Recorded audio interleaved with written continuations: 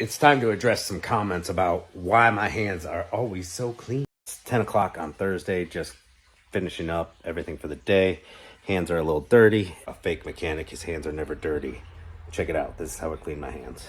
You're going to want to go over your hands with the goop. They sell it at Harbor Freight or online. And then you want a pumice fast orange or a cherry bomb. For getting the grease in your nails, razor blade. Scrub brush of choice, Dollar General find. All right, so we hit up the orange goop. Nice amount of orange goop, right? All right, slight rinse off, no scrubbing with the orange goop.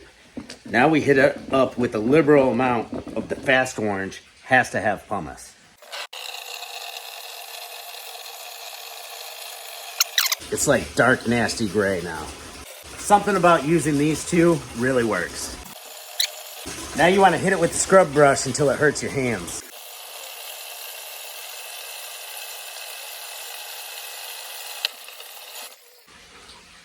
We're nice and clean. I mean, it's not that hard, guys. I take a shower every day too, that helps. Pro tips. And we just gotta go over our nails. Well, that stuff just came right out. Razor blade, that's my go-to. Dirty, clean, so easy. It's not that hard.